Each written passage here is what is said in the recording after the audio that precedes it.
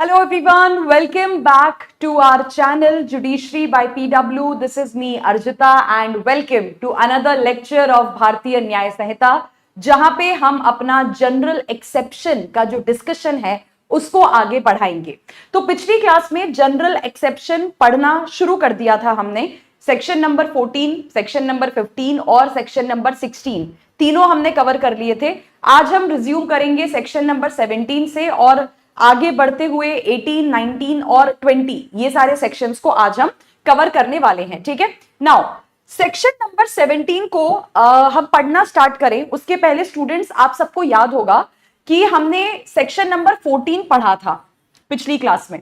Now section number 14 जो है और सेक्शन नंबर 17 जो है भारतीय न्याय संहिता का ऑलमोस्ट एक ही चीज के बारे में बात कर रहा है। दोनों में आपको सेम कॉन्सेप्ट देखने को मिलता है कि मिस्टेक ऑफ फैक्ट अगर किसी पर्सन से हुआ है तो हम उस चीज को अलाउ कर देंगे, अगर मिस्टेक ऑफ लॉ हुआ है तो अलाउ नहीं किया जाएगा। लेकिन बहुत ही छोटा सा, बहुत ही माइनर सा डिफरेंस है 14 और 17 के बीच में जो अभी मैं आपको एक्सप्लेन कर दूंगी। लेकिन उससे पहले यहां पे 14 को समझाने के लिए एक इजी सा एग्जाम्पल मैं आप सबके साथ यहां पे शेयर करना चाहती हूं। ठीक है, आई एम श्योर आप सबने ये मूवी देखी होगी, दैट इज गोलमाल, है ना। मैं पुरानी वाली गोलमाल की बात नहीं कर रही हूं, जो नई वाली गोलमाल थी आई थिंक 2006-2007 के अराउंड आई थी, जिसमें अजय देवगन होता है एंड आपके जो है तुषार कपूर होते हैं, उसके साथ साथ अरशद वारसी होते हैं और शर्मन जोशी होते हैं। मैं उस वाली गोलमाल, पहली वाली गोलमाल की बात कर रही हूं। ठीक है, नाउ उस मूवी गोलमाल में एक सीन दिखाया गया है। सीन बेसिकली क्या दिखाया है कि एक घर है जिसमें ये चारों लोग ऊपर छत पे चढ़े हुए हैं, अजय देवगन, तुषार कपूर एंड एवरीबॉडी। और मान लो ये इनका घर है, ये घर की छत है, ये घर की टेरेस है और ये देखते हैं कि इनके घर के सामने एक और घर है। ठीक है, और इनको उस घर की खिड़की से क्या दिखाई देता है कि उस घर की खिड़की के कमरे में एक्ट्रेस हैं आपकी रिमी सेन। ठीक है, तो रिमी सेन एक्ट्रेस है, इनको दिख रही है सामने और ये देख सकते हैं कि रिमी सेन के साथ कुछ लड़के एक तरीके से शायद सेक्सुअल असॉल्ट करने की कोशिश कर रहे हैं। तो ये चारों के चारों लड़के इस चीज को नोटिस करते हैं एंड देन दे रियलाइज, उनको रियलाइज होता है कि यार ये तो एक लड़की दिक्कत में है, लड़की प्रॉब्लम में है, लड़की के साथ कुछ लड़के जबरदस्ती करने की कोशिश कर रहे हैं, हमें जाके लड़की को यहां पे बचाना चाहिए। तो ये चारों के चारों जो हैं ये भाग के जाते हैं उस घर के अंदर में उस लड़की को बचाने के लिए। अब यहां पे जरा एक चीज नोटिस करना कि जब ये रिमी सेन को बचाने के लिए घुसते हैं उस घर में तो एंटर करने के मोमेंट से ही ये कई सारे अपराध करना शुरू कर देते हैं। जैसे कि पहले तो आप किसी के घर में तोड़फोड़ करके घुस रहे हो, ये हाउस ब्रेकिंग का अपराध हो जाता है। ठीक है, उसके बाद आपने एक क्रिमिनल ट्रेसपास भी यहां पे कर दिया है। साथ ही जब ये उस घर में घुसते हैं अंदर रिमी सेन को बचाने के लिए तो वो लड़के जो रिमी सेन के साथ जबरदस्ती कर रहे थे ये उन लड़कों को मारते पीटते हैं, है ना, उनके थप्पड़ बजा देते हैं, उनको लात घूसे वगैरह मार देते हैं। ये सारी चीजें ये यहाँ पे करते हैं। अब देखो बाद में उस मूवी में ये रिवील किया जाता है कि वो जो लड़के उस लड़की के साथ कर रहे थे, रिमी सेन के साथ कर रहे थे, वो एक्चुअल में कोई सेक्सुअल असॉल्ट नहीं था। मतलब ये लोग तो सिर्फ एक ड्रामा की प्रैक्टिस कर रहे थे, कुछ रिहर्सल वगैरह कर रहे थे जिसमें उस तरीके का सीन था जहां पे लड़के लड़की के साथ जबरदस्ती करते हुए दिखाए गए हैं।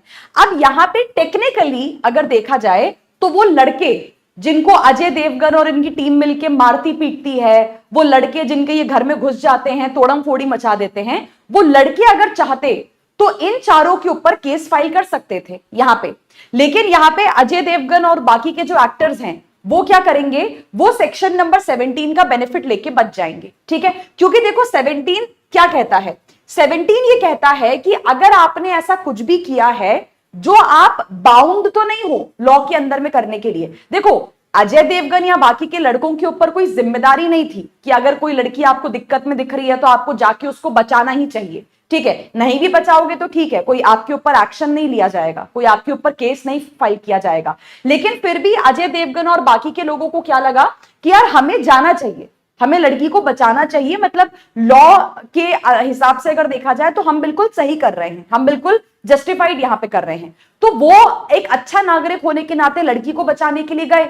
लेकिन उनसे बेसिकली क्या हुआ, सिचुएशन को समझने में गलती हो गई। उनको लगा लड़की के साथ सच में सेक्सुअल असॉल्ट हो रहा है, जबकि वहां पे तो ड्रामा की रिहर्सल चल रही थी, प्रैक्टिस वगैरह चल रही थी। ठीक है, तो यहां पे क्योंकि मिस्टेक ऑफ फैक्ट हुआ है, मिस्टेक ऑफ लॉ नहीं हुआ है, और जो भी चीज यहाँ पे अजय देवगन और बाकी लोगों ने करी है वो गुड फेथ में करी है। मतलब ऐसा नहीं है कि कोई जानबूझ के हम किसी पर्सन को मार पीट के आ गए, जानबूझ के किसी के घर में हमने तोड़म फोड़ी मचा दी। हम तो भाई यार लड़की की मदद करने के लिए यहाँ पे गए थे, है ना, और हमको लगा भी कि हम जो कर रहे हैं वो कानून के हिसाब से सही है। तो ऐसे में जो भी कुछ अजय देवगन या उनकी टीम ने किया है वो सेक्शन नंबर 17 के अंदर में फॉल कर जाएगा। अगर आप ऐसी कोई भी चीज करते हो जहां पे आपको लगा कि कानून के हिसाब से वो करना सही है, आपने गुड फेथ में उस चीज को किया है, मतलब कोई लापरवाही नहीं दिखाई है ना, कोई जानबूझ के किसी पर्सन को परेशान वगैरह नहीं किया है, गुड फेथ में आपने वो चीज की है, लेकिन आपसे बस वहां पे क्या हुआ, सिचुएशन को समझने में थोड़ी सी गलती हो गई, थोड़ी सी मिस्टेक जो है वो आपसे हो गई, तो ये आपका सेक्शन नंबर 17 के अंदर में जस्टिफाइड बाय लॉ का डिफेंस यहां पे बन जाता है। तो यही अंतर है। याद करिएगा सेक्शन नंबर 14 में हमने क्या पढ़ा था, सेक्शन नंबर 14 बात करता है बाउंड बाय लॉ के बारे में। सेक्शन नंबर 14 में हम उन लोगों के बारे में हमने पढ़ा था जो लॉ के अंदर में बाउंड होते हैं किसी चीज को करने के लिए, यानी कि उनके ऊपर किसी तरीके की लीगल ड्यूटी होती है। अगर वो अपने काम को ठीक तरीके से नहीं करेंगे तो उनके खिलाफ एक्शन लिया जा सकता है ना। जैसे पुलिस वाला अगर किसी को अरेस्ट करने के लिए ना जाए या पुलिस वाला एफआईआर को ना लिखे तो पुलिस वाला क्या है, बाउंड होता है ये चीजें करने के लिए, नहीं करेगा तो उसके खिलाफ एक्शन हो जाएगा। लेकिन सेक्शन नंबर 17 किसके बारे में बात कर रहा है, ये उन लोगों के बारे में बात कर रहा है जो बाउंड नहीं है, ठीक है, उनके ऊपर मतलब एक कह लो मॉरल ड्यूटी है, एथिकल टाइप की ड्यूटी है, करोगे तो भी अच्छा है, नहीं करोगे तो भी कोई दिक्कत की बात नहीं है। तो वो फिर भी कोई चीज करने के लिए जाते हैं क्योंकि उनको लगता है कि कानून के हिसाब से हम सही कर रहे हैं, ठीक है, कानून के हिसाब से जो है हमें अलाउ किया गया है कि जैसे कोई पर्सन दिक्कत में है, कोई पर्सन प्रॉब्लम में है, तो हमें जाके उसको बचाना चाहिए, उनको बचाने की हमारी कोई ड्यूटी नहीं है, कोई जिम्मेदारी यहां पे नहीं है। तो ये आपका सेक्शन नंबर 14 और 17 के बीच का अंतर होता है। तो 17 में आप क्या ध्यान रखेंगे कि बेसिकली अगर आपने कोई चीज करी है, मिस्टेक ऑफ फैक्ट आपसे हुआ है ना, और गुड फेथ में, भाई हम तो सामने वाले पर्सन को बचाने के लिए गए थे ना, तो मिस्टेक गुड फेथ में अगर हमने कोई चीज वहां पे करी है तो ये आपका सेक्शन नंबर 17 में फॉल कर जाएगा। अब जैसे यहां पे जो आप एग्जाम्पल देखोगे, एग्जाम्पल भी कुछ वैसा ही मिलता जुलता है जो मैंने आपको बताया। यहां पे ये कह रहे हैं कि ए देखता है कि जेड क्या कर रहा है, यहां पे जेड जो है वो मर्डर कर रहा है, मतलब ए को ऐसा लगा कि जेड यहां पे क्या कर रहा है, मर्डर कर रहा है। अब आप भी अगर देखोगे किसी पर्सन को मर्डर करता हुआ तो आपके दिमाग में भी आएगा ना कि यार मुझे जाना चाहिए, मुझे मर्डर होने से रोकना चाहिए, जिसका मर्डर हो रहा है मुझे उसको बचाना चाहिए, जो मर्डर कर रहा है मुझे उसे पकड़ना चाहिए। एज अ गुड सिटीजन आपके दिमाग में भी ये सारे ख्याल आएंगे। तो ये सब देख के ए बेसिकली क्या करता है, जाके जेड को पकड़ लेता है। ए को लगता है कि यार ये तो मर्डर कर रहा है, मर्डरर है, मुझे पकड़ना चाहिए इसको जाके। तो ए ने जाके जेड को यहां पे पकड़ा, क्योंकि लॉ आपने क्या दिमाग लगाया, आपने यही दिमाग लगाया ना कि यार लॉ इतना तो अलाउ करता है मुझे कि अगर मेरे सामने कोई अपराध हो रहा है, मेरे सामने अगर कोई ऑफेंस हो रहा है, कोई पर्सन दिक्कत में है, तो मुझे जाके उस पर्सन को बचाना चाहिए, मुझे उस पर्सन को सेव करना चाहिए। लॉ ये करने की परमिशन आपको देता है, you are justified under law to do this. तो यहां पे ए क्या करता है, जेड को तुरंत पकड़ लेता है क्योंकि उसके लिए वो मर्डरर है, और ले जाके उसको अथॉरिटीज को यानी कि पुलिस के हवाले कर देता है। बाद में पता चलता है कि जेड मर्डर कर तो रहा था, लेकिन वो तो मर्डर प्राइवेट डिफेंस में कर रहा था, मतलब जेड की खुद की जान को यहां पे क्या होगा, डेंजर होगा, जेड की खुद की लाइफ यहां पे खतरे में होगी। तो अपनी जिंदगी, अपनी लाइफ को बचाने के लिए जेड क्या कर रहा था, मर्डर यहां पे कर रहा था, मतलब वो मर्डर प्राइवेट डिफेंस में किया जा रहा था। तो कायदे से यहां पे जेड के ऊपर कोई लाइबिलिटी बनती नहीं है। लेकिन अब ठीक है, ये बात ए को नहीं पता थी, यार ए को तो लगा कि जेड मर्डर कर रहा है, किसी पर्सन की जान ले रहा है। तो ए ने अगर यहां पे क्या करा है, ए ने अगर जेड पर्सन को यहां पे पुलिस के हवाले कर दिया या उसको पुलिस से पकड़वा दिया, तो ए ने यहां पे कोई अपराध नहीं किया है। यार ए तो देखो अच्छा ही काम करने गया था, किसी पर्सन की मदद ही कर रहा था ए यहां पे। तो अगर उसको कोई सिचुएशन समझने में गड़बड़ी हुई है, कुछ मिसअंडरस्टैंडिंग वगैरह हुई है, तो उसके लिए हम ए के ऊपर कोई लायबिलिटी नहीं डाल सकते। ये हमारा सेक्शन नंबर 17 है, ठीक है। सेक्शन नंबर 18 के ऊपर आ जाइए। अब सेक्शन नंबर 18 आपको बताता है कौन से जनरल एक्सेप्शन के बारे में, मिस्टेक के बारे में। मिस्टेक क्या होता है, देखो मिस्टेक जो वर्ड है स्टूडेंट्स, इसी में एक बात छुपी हुई है। जब हम नॉर्मल इंग्लिश में भी ये वर्ड यूज करते हैं मिस्टेक, मिस्टेक का मतलब क्या होता है? जब आपसे गलती से कोई चीज हो जाती है। मतलब सिंपल बात है कि यार हम कुछ करना नहीं चाहते थे, हमारा कुछ करने का इरादा नहीं था, ठीक है, गलती से कोई चीज हो गई, हमें नहीं पता था कि ऐसा हो जाएगा। That is basically mistake. मतलब जो भी आपसे मिस्टेक में होता है, जो भी आपसे गलती से होता है, उसे करने का ना तो आपका इरादा होता है, ना आपको पता होता है कि वो चीज हो जाएगी, तभी उसको मिस्टेक कहा जाता है, तभी उसको गलती कहा जाता है। ठीक है, अब मिस्टेक का देखो यहां पे जनरल एक्सेप्शन क्या कहता है कि अगर आपसे एक्सीडेंट या मिसफॉर्च्यून से, क्या डिफरेंस होता है दोनों के बीच में?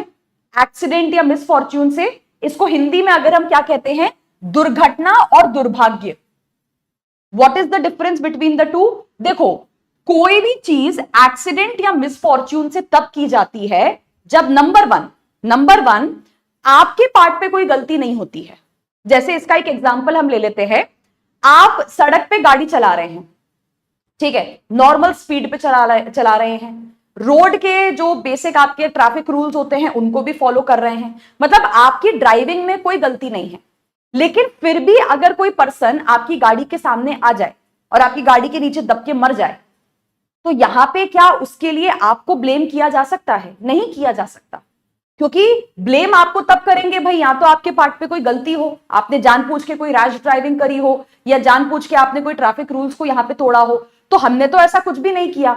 लेकिन कभी कभार देखिए क्या होता है कि आप सारी चीजों को ध्यान में रख के चलते हैं, आपके पार्ट पे कोई मिस्टेक, कोई लापरवाही नहीं होती है, लेकिन फिर भी चीजें गड़बड़ हो जाती हैं, फिर भी things do not go as you had planned. इसी को क्या कहा जाता है? इसी को कहा जाता है मिसफॉर्च्यून, दुर्भाग्य। ठीक है, बदकिस्मती, जिसे हम कहते हैं कि आदमी पूरी सतर्कता रखता हुआ चलता है, आदमी पूरी केयरफुल जो है, आदमी पूरा केयरफुल रहते हुए चलता है, लेकिन फिर भी उससे कोई गड़बड़ हो जाती है यहां पे। तो बेसिकली ये क्या कह रहे हैं कि देखो, अगर बिना किसी क्रिमिनल इंटेंशन के, मतलब आपका कोई अपराध करने का इरादा नहीं था, कोई इंटेंशन नहीं था, ठीक है, ना ही आपको पता था कि आप जो कर रहे हैं उससे कोई अपराध हो जाएगा, उससे कोई ऑफेंस हो जाएगा, ठीक है, आप एक लॉफुल चीज कर रहे थे, लॉफुल मैनर में कर रहे थे और लॉफुल तरीके से कर रहे थे, और आपके पार्ट पे कोई लापरवाही भी नहीं थी, यानी कि प्रॉपर केयर और कॉशन था। उसके बाद भी आपसे अगर कोई अपराध हो जाए, तो यार सीधी सी बात है कि फिर उसके लिए आपको जिम्मेदार नहीं ठहराया जा सकता। जैसे कि सिंपल एग्जांपल मैंने आपको दिया, अगर आप यहां पे सड़क पे गाड़ी चला रहे हैं, गाड़ी चलाते में अगर आपके पार्ट पे कोई लापरवाही नहीं है, आप स्पीड लिमिट को फॉलो कर रहे हैं, आप लेन डिसिप्लिन को फॉलो कर रहे हैं, आप ट्रैफिक रूल्स को यहां पे फॉलो कर रहे हैं। अब कई बार होते हैं कुछ पागल टाइप के लोग सड़क पे, उनको नहीं आते लेकिन रोड के रूल्स वगैरह, कभी भी धमक पड़ते हैं लोगों की गाड़ी के सामने आके। ऐसे ही एक पागल धमक पड़ा आपकी गाड़ी के सामने आके और गाड़ी के नीचे आ गया, मर गया, डेथ हो गई उसकी, तो इसके लिए आपको तो लायबल नहीं ठहराया जा सकता ना। रीजन बीइंग, देखो, ना तो यहां पे आपका क्रिमिनल इंटेंशन था, यार ऐसा तो नहीं कि हमने उसके ऊपर जानबूझ के गाड़ी चढ़ा दी, या हम उसको मारना चाहते थे या घायल करना चाहते थे, ठीक है, ना हमको पता था कि हमारे कार से ऐसा एक्सीडेंट हो जाएगा। क्यों पता होगा हमको? क्यों मेरे दिमाग में ये बात आएगी कि मेरी गाड़ी से किसी का एक्सीडेंट हो जाएगा अगर मैं सारे ट्रैफिक रूल्स वगैरह फॉलो कर रही हूं? तो मुझे नॉलेज भी नहीं थी इस बात की। तीसरी चीज ये कि यार मैं कोई इलीगल काम तो कर नहीं रही थी, गाड़ी चला रही हूं, गाड़ी चलाना कोई इलीगल काम तो है नहीं, गाड़ी चला रही हूं प्रॉपर रूल्स को फॉलो करते हुए, कोई गलत तरीके से गाड़ी भी नहीं चला रही यहां पे। और उसके बाद भी, ठीक है, मतलब मेरे पार्ट पे पूरी सतर्कता है, मेरे पार्ट पे पूरा केयर और कॉशन है, उसके बाद भी अगर यार कोई अपराध हो जाए तो इसके लिए आप आदमी को ब्लेम नहीं कर सकते। You can't blame the person, वो पर्सन आपका सेक्शन 18 का बेनिफिट लेके बच के निकल जाएगा। ठीक है, तो सिंपल भाषा में अगर हम बात करें, सेक्शन नंबर 18 क्या कहता है? सेक्शन नंबर 18 ये कहता है कि यार देखो, जिस पर्सन ने कोई गलती नहीं करी है, जिस पर्सन के पार्ट पे कोई मिस्टेक नहीं है, उस पर्सन के पार्ट पे कोई लापरवाही नहीं है, कोई नेग्लिजेंस नहीं है, वो अगर प्रॉपर तरीके से अपना काम कर रहा है, तो फिर आप किसी भी अपराध के होने के लिए उस पर्सन को लायबल, उस पर्सन को जिम्मेदार नहीं ठहरा सकते। ठीक है, अब आ जाओ यहां पे एक इलस्ट्रेशन के ऊपर। ये इलस्ट्रेशन आपको यही बात बताता है। ठीक है, इलस्ट्रेशन आपका क्या कहता है कि मान लो एक पर्सन है, लकड़ी काट रहा है, जैसे आपने देखा होगा वो जो लकड़ी काटने का औजार आता है, वेपन आता है, एक्स कहते हैं उसको, और भी कई सारी चीजें आती हैं। तो मान लो कि एक एक्स है यहां पे, मतलब मेरी ड्राइंग थोड़ी सी खराब है, तो काइंडली स्पेयर दैट, ठीक है। ये बेसिकली आपका एक एक्स है, हिंदी में क्या कहते हैं इसको मुझे पता नहीं, तो ये एक्स है जिससे कुल्हाड़ी, आई थिंक कुल्हाड़ी कहते हैं, हाँ। तो एक्स से ही पर्सन क्या कर रहा है, लकड़ी यहां पे काट रहा है, ठीक है। अब आप लकड़ी काट रहे हैं, काट रहे हैं, अचानक से क्या होता है कि ये जो एक्स का, कुल्हाड़ी का ये जो शार्प वाला, ब्लंट वाला एरिया होता है, ये अचानक से उड़ के जाता है, उड़ के जाके गिरता है। ये पीछे पीछे खड़ा था एक आदमी, और ये ब्लंट वाला पोर्शन उसके सर पे जाके गिरता है, उसके सर पे जाके लगता है, और उस पर्सन की वहां पे डेथ हो जाती है। अब दो चीजें हैं, देखो, अगर तो ये साबित हो गया कि तुम्हारे कुल्हाड़ी में दिक्कत थी, तुम्हारे एक्स में दिक्कत थी, ठीक है, मतलब तुम्हारा जो ये एक्स है, तुम्हारा जो ये कुल्हाड़ी है, ये टूटा फूटा सा था, इसमें कहीं पे तुमको पता था कि इसका जो ये वाला पोर्शन है, शार्प वाला पोर्शन, ये लूज सा है, बार बार निकलता रहता है। उसके बाद भी अगर तुम इस कुल्हाड़ी को यूज कर रहे थे लकड़ी काटने के लिए, और उससे किसी पर्सन की डेथ हो गई, तो यार तुम सेक्शन नंबर 18 का बेनिफिट नहीं ले पाओगे, तो तुम्हारे ऊपर लाइबिलिटी बनेगी। लेकिन अगर ये हम साबित कर देते हैं कि सर हमारी कुल्हाड़ी में कोई दिक्कत नहीं थी, भाई अपनी कुल्हाड़ी बढ़िया है, एकदम चकाचक है, कोई दिक्कत नहीं थी उसमें, एकदम उसका सारा जो है कुल्हाड़ी का जो एज वाला पोर्शन है वो पूरी तरीके से सही था, ठीक है, लकड़ी भी अपन प्रॉपर तरीके से यहां पे काट रहे थे, कोई गलती नहीं थी हमारे पार्ट पे यहां पे। अब फिर भी अगर यार वो शार्प वाला पोर्शन जाके गिर जाए किसी के सर के ऊपर, और वो जाके लगा दे किसी को, कोई मर जाए वहां पे, तो हमारे ऊपर कोई लायबिलिटी नहीं आएगी, हमने कोई अपराध नहीं किया है, हमने कोई ऑफेंस यहां पे नहीं किया है, ठीक है। इसके बाद आ जाइए सेक्शन नंबर 19 के ऊपर। अब सेक्शन नंबर 19 आपका बात करता है नेसेसिटी के बारे में, ठीक है। अब देखो, नेसेसिटी को अपन हिंदी में क्या कहते हैं, मजबूरी, है ना। नेसेसिटी को हिंदी में क्या कहा जाता है, मजबूरी। अब वही बात है, जब किसी पर्सन को तुम गलती से कोई अपराध करने पे जिम्मेदार नहीं ठहरा रहे हो, लायबल नहीं ठहरा रहे हो, तो मजबूरी में अपराध करने वाले आदमी को कैसे लायबल ठहरा सकते हो। तो मजबूरी वाले को भी बेनिफिट देना पड़ेगा, मजबूरी वाले पर्सन को भी यहां पे बेनिफिट देना पड़ेगा सेक्शन नंबर 19 में। अब जो मजबूरी वाला अपराध है, ठीक है, मजबूरी वाला जो अपराध है वो देखो क्या कहता है, इसको हम एक एग्जाम्पल से समझते हैं, ठीक है। एग्जाम्पल ले लेते हैं अपन टाइटैनिक का, ठीक है। Let's take the example of Titanic. तो टाइटैनिक की कहानी को हम थोड़ा सा बदल देंगे, हम थोड़ा सा चेंज कर देंगे, ठीक है। Let's say this is Titanic. अब एक्चुअल टाइटैनिक में क्या हुआ था, एक्चुअल टाइटैनिक में ये हुआ था कि ये स्पीड दौड़ाते हुए पानी में टाइटैनिक को लेके जा रहे थे, इनको अचानक से पता चला नहीं कि यार सामने वो आइसबर्ग आने वाला है, and by the time they realise कि सामने आइसबर्ग है, ये घुमाते अपने शिप को, उसके पहले शिप जो है आइसबर्ग में लग चुका था, और शिप के अंदर पानी भरना जो है वो स्टार्ट हो चुका था, ठीक है। अब मान लो कि टाइटैनिक चल रहा है, टाइटैनिक, हम कहानी को थोड़ा सा बदल रहे हैं, मान लो टाइटैनिक अटलांटिक ओशन में चल रहा है यहां पे। अब अचानक से टाइटैनिक के सामने दो दिक्कतें आ जाती हैं, यहां पे एक्चुअली 3 दिक्कतें आ जाती हैं, है ना। ये है सामने आइसबर्ग, मतलब वो बर्फ का पहाड़, ठीक है। यहां पे है एक बोट जिसमें 15-20 लोग सवार हैं, और यहां पे है एक बोट जिसमें 2 बंदा सवार है, ठीक है। और इसमें टाइटैनिक में मान लो 2000 बंदा सवार है। अब आपको ये 2000 बंदे की जान बचानी है, क्या करेंगे अब आप। 3 रास्ते हैं आपके सामने, या तो भिड़ जाइए इसमें आइसबर्ग में जाके, भिड़ेंगे तो पूरा शिप आपका डूबना है, और 2000 का 2000 बंदा जो है वो मर जाएगा, तो bad option, can't choose that.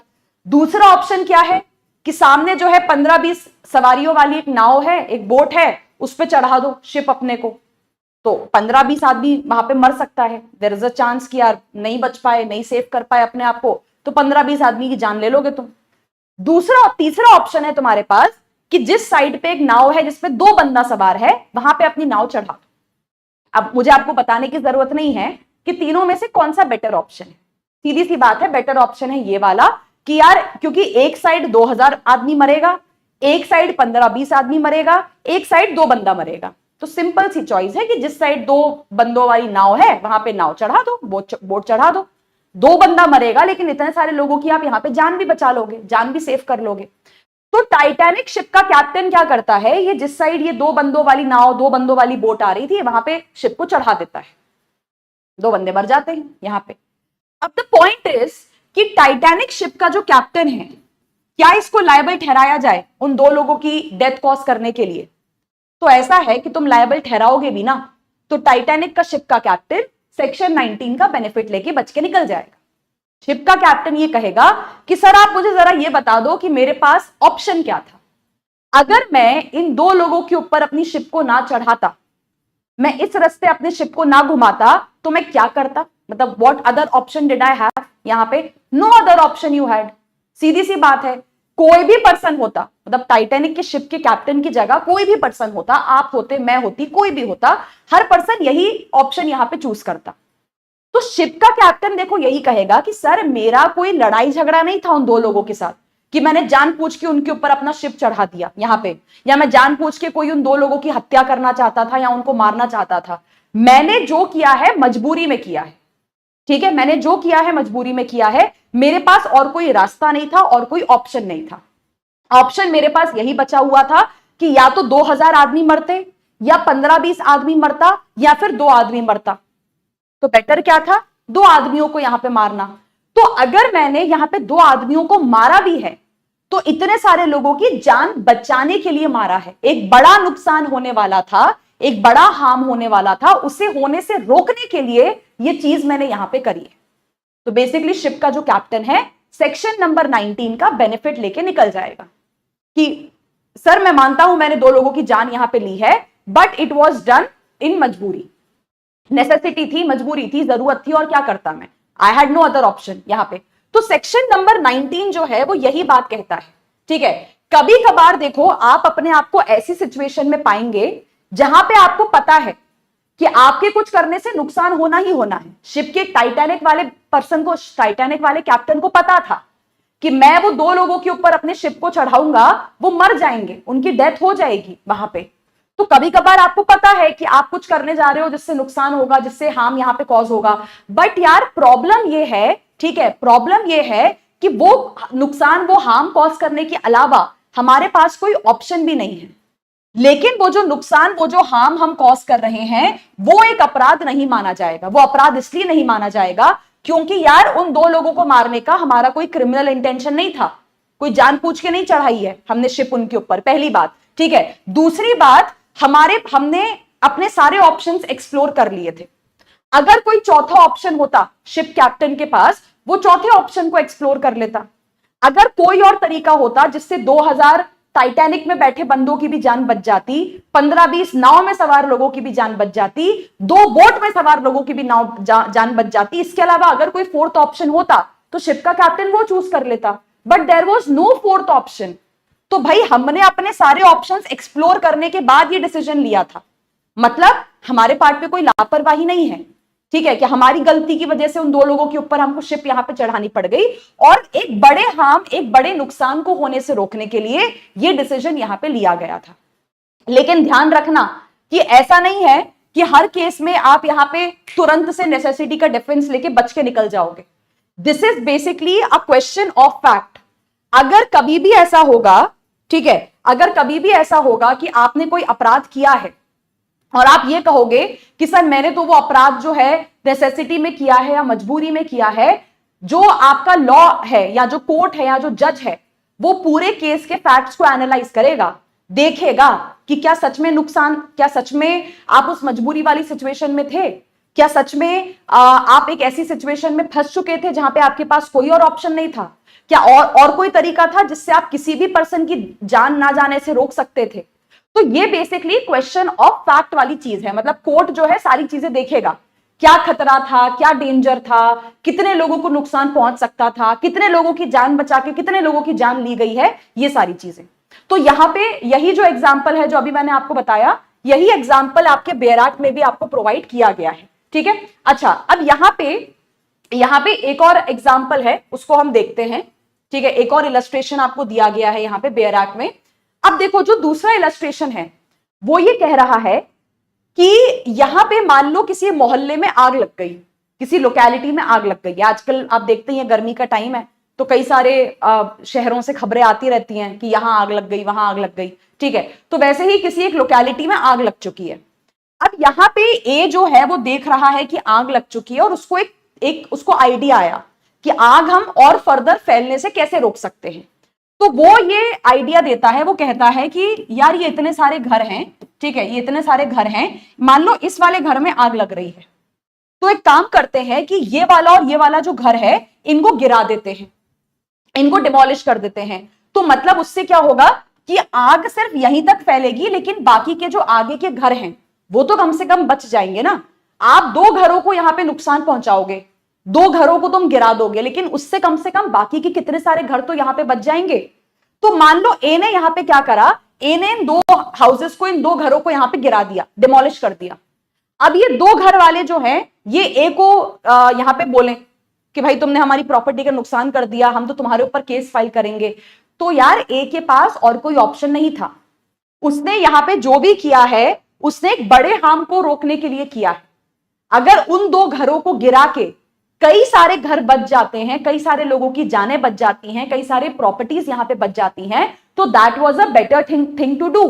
बजाय कि आप यहां पे उन 2 घरों का जो गिराने का ब्लेम है वो ए पर्सन के ऊपर डालो।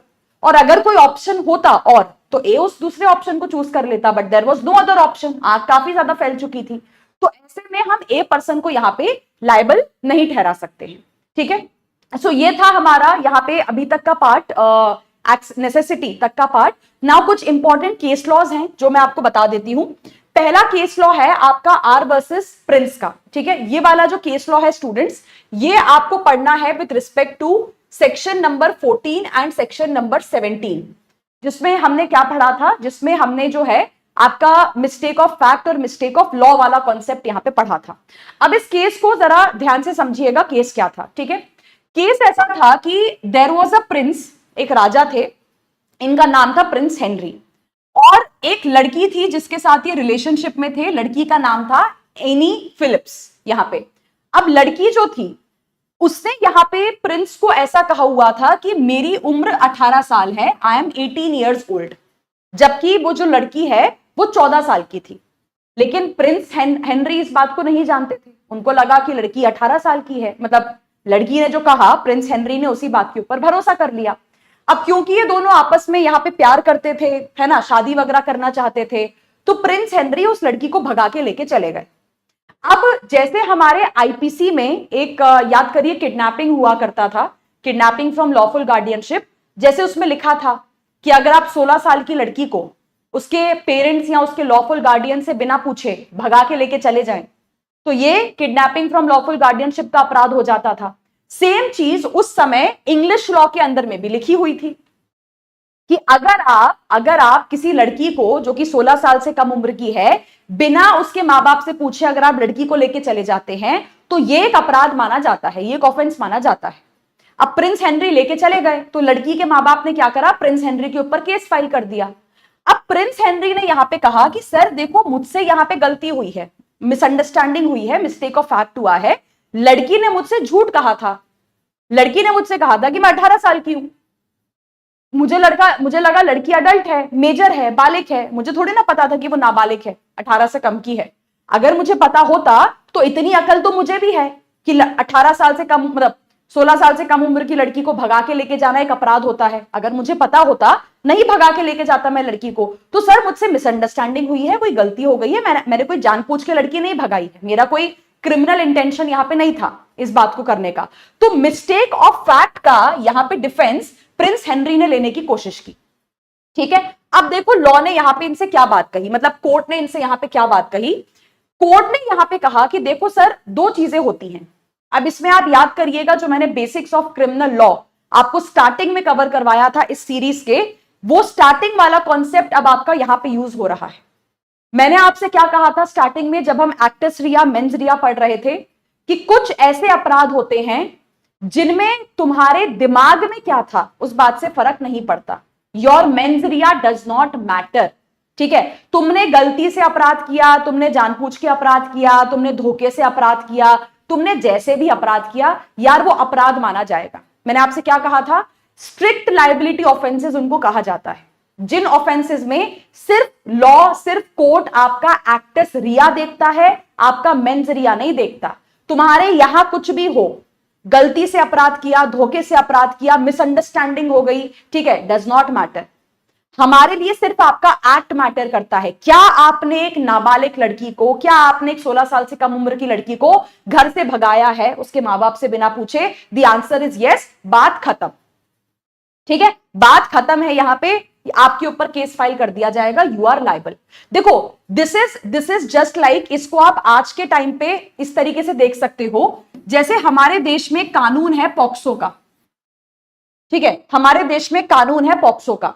अगर मान लो एक 25 साल का लड़का एक 14 साल की लड़की के साथ रिलेशनशिप में है और ये 25 साल का लड़का उस 14 साल की लड़की के साथ फिजिकल रिलेशनशिप में एंटर करता है, ठीक है, बाद में ये 25 साल का लड़का ये कह दे कि सर अरे मेरे को तो पता नहीं था कि लड़की 14 साल की है, मुझे तो लगा 18 साल की है, तो सर सॉरी गलती हो गया, मिस्टेक ऑफ फैक्ट हो गया, प्लीज मुझे पॉक्सो एक्ट में पनिश मत करो।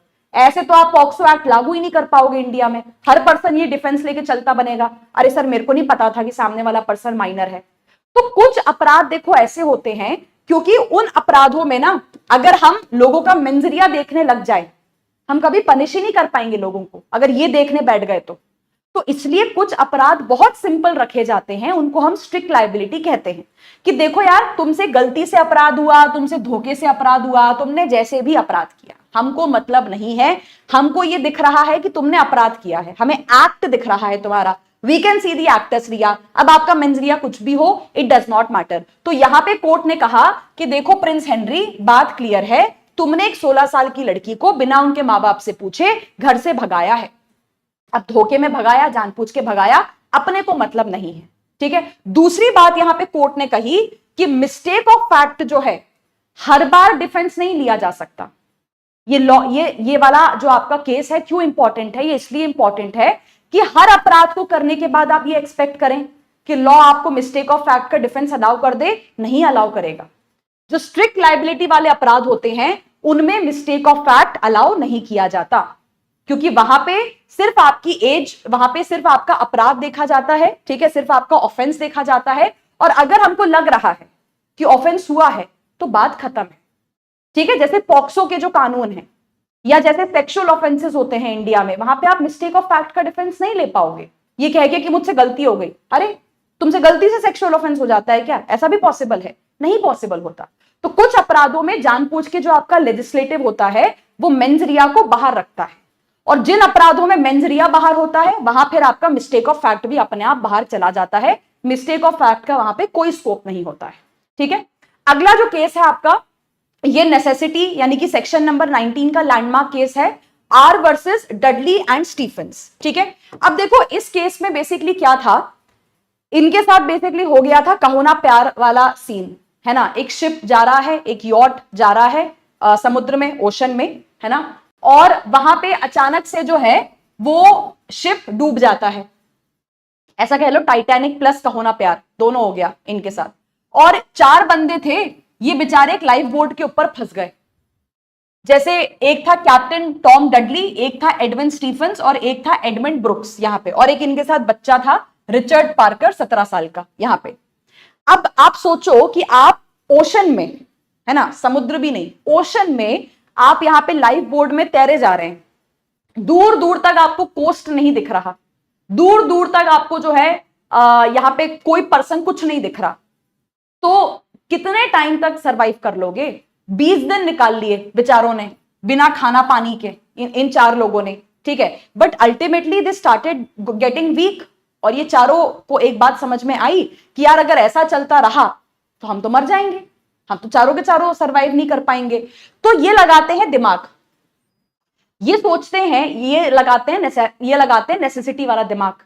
ये कहते हैं यार देखो ऐसा है कि 4 बंदे मर जाएं एक साथ तो ये तो बहुत बड़ा नुकसान है, बहुत बड़ा हार्म है।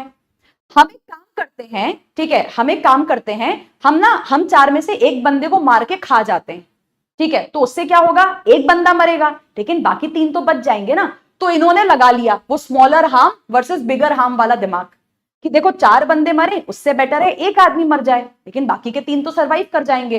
तो अब ये देखते हैं आपस में कि हम में से किसको मार के खाएं, तो दे रियलाइज कि ये जो बच्चा था रिचर्ड पार्कर, 17 साल का बच्चा था, ठीक है, ये सबसे ज्यादा कमजोर था, ये सबसे ज्यादा वीक था। तो इन्होंने डिसाइड किया कि यार इसी को मार के खा लेते हैं, ये सर्वाइव तो वैसे भी नहीं करना है, इसको मार के खा जाते हैं। तो दे बेसिकली डिड कैनिबलिज्म, ये चारों के चारों जो है उसको मार के खा गए यहां पे बच्चे को। अब होता यह है कि मार के खा जाते हैं जैसे तैसे, कुछ टाइम तो सरवाइव कर लेते हैं ये लोग। उसके बाद इनकी बोट जो है अल्टीमेटली पकड़ी जाती है, मिल जाते हैं ये सारे के सारे यहां पे। अब इनसे पूछा जाता है कि यार तुम तो 4 बंदे गए थे नाव पे, तुम 3 ही हो, चौथा कहां गया? तो ये बोलते हैं कि सर वो तो हम मार के खा गए। तो कोर्ट वाज लाइक ऐसे कैसे मार के खा गए? They were like sir doctrine of necessity.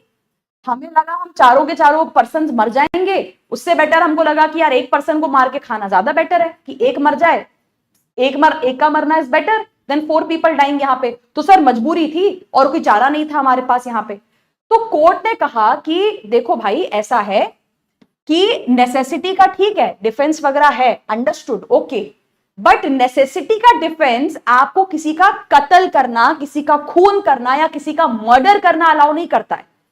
अगर नेसेसिटी में हमने लोगों को मर्डर करना अलाउ कर दिया तो हर आदमी यही करता रहेगा कि सर मर्डर कर दिया, सर मजबूरी थी, नेसेसिटी में मर्डर किया, मतलब फिर तो सोसाइटी में लॉ एंड ऑर्डर नाम की कोई चीज ही नहीं बचेगी यहां पे। तो कोर्ट ने कहा कि देखो नेसेसिटी वाला जो जनरल एक्सेप्शन होता है वो उन सिचुएशंस में होता है जहां पे आपको कोई ऐसा एक्ट करना पड़े जहां पे आप किसी बड़े नुकसान को, किसी बड़े हार्म को होने से रोकना चाहते हैं, लेकिन दैट डज नॉट मीन कि आप डेलिबरेटली किसी इनोसेंट किसी पर्सन की जाके जान ले लो। Deliberate intentional killing of a person, deliberate intentional murder of a person is not allowed under the defence of necessity. यहां पे मर्डर अलाउड नहीं है कि किसी को जान से मार के खा जाओ और कहो कि सर नेसेसिटी में यहां पे किया है। इंटेंशनल किलिंग नहीं अलाउड है नेसेसिटी के डिफेंस में। तो ये आपका R versus Dudley and Stephens के केस में कहा गया था कि भाई यहां पे तो नहीं दे पाएंगे हम डिफेंस आपको, ठीक है। सेक्शन नंबर 20 पे आ जाइए। सेक्शन नंबर 20 एंड 21 स्टूडेंट्स, ये दोनों डील करते हैं आपके बच्चों से बोले तो 20 वाला डील करता है, सेक्शन 20 डील करता है जब 7 साल से कम उम्र के बच्चों की बात की जा रही है, और 21 वाला डील करता है जब हम 7 से 12 साल के बीच के बच्चों की बात करते हैं, है ना। यहां पे क्वेश्चन आपका पूछा जाता है कि डोली इन केपेक्स कहां पे पढ़ते हो? तो सेक्शन नंबर 20 में पढ़ते हो, ठीक है। अब देखो सेक्शन नंबर 20 क्या कहता है।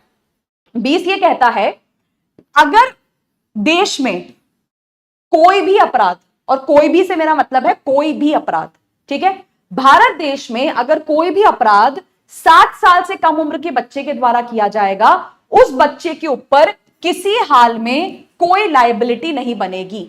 आप उस बच्चे को पनिश कर ही नहीं सकते। बच्चे के पास एब्सोल्यूट इम्यूनिटी होती है। बच्चे को कुछ साबित करने की जरूरत नहीं है। एब्सोल्यूट इम्यूनिटी का मतलब वो भाई पूरी तरीके से सेफ एंड सिक्योर है बच्चा। बच्चे को कुछ साबित करने की जरूरत नहीं है कि मेरा दिमाग नहीं था, तो मुझे तो पता नहीं था कि मैं अपराध कर रहा हूं, कुछ नहीं। The moment court will see कि अपराधी 7 साल से कम उम्र का है, एक्यूज 7 साल से कम उम्र का है, केस तुम्हारा वही खेल है, केस तुम्हारा वही बंद है, क्लोज्ड है।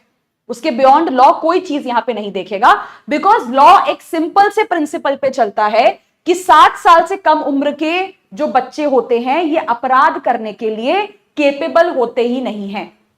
इनके पास इतना दिमाग ही नहीं होता है कि नंबर 1 ये समझ पाए ये क्या कर रहे हैं, ये क्यों कर रहे हैं, और ये जो कर रहे हैं उसका क्या रिजल्ट, क्या कॉन्सिक्वेंस यहां पे निकल के आ सकता है, ठीक है। तो सेक्शन नंबर 20 आपका बहुत ही सिंपल सा प्रिंसिपल कहता है कि 7 साल से कम उम्र का बच्चा अगर आपका अपराध करेगा तो वो एक अपराध, वो एक ऑफेंस आपका नहीं माना जाएगा, ठीक है। सो यहां पे हमारी आज की क्लास खत्म होती है स्टूडेंट्स। कल मिलेंगे, सेक्शन नंबर 21 से कंटिन्यू करेंगे।